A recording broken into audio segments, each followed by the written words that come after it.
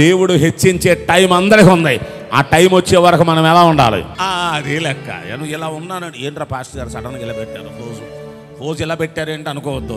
నేను ఇలా అంటానికి గల కారణం అలా దీనులు అయిపోవాలి, అలా దీనులు అయిపోవాలి. ఎవరి ముందు? మన ముందు. ఏంద్రా ఏంటి నకరాలు చేస్తావు బిడ్డ, నరాలు తీస్తాను, పిచ్చేషాలు వేసావండి. అలా ఉన్నాం అనుకోండి, అహంకారులను దేవుడు ఏం చేస్తాడు? ఆ కాలరే లేకుండా లేపేస్తాడు. కనుక దీనులుగా ఉంటే ఇంత కృపిస్తాడండి, ఇంత కృపిస్తాడు. హల్లెలూయా. దీనులకు కృపనిస్తాడు.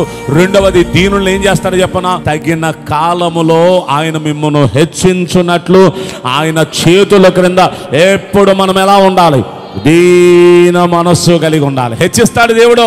ఒక టైం వస్తుంది, అందరినీ హెచ్చిస్తాడు. హెచ్చించే దేవుని దగ్గర ఉన్నాం మనం, హెచ్చించే దేవుని చేతుల్లో ఉన్నాం.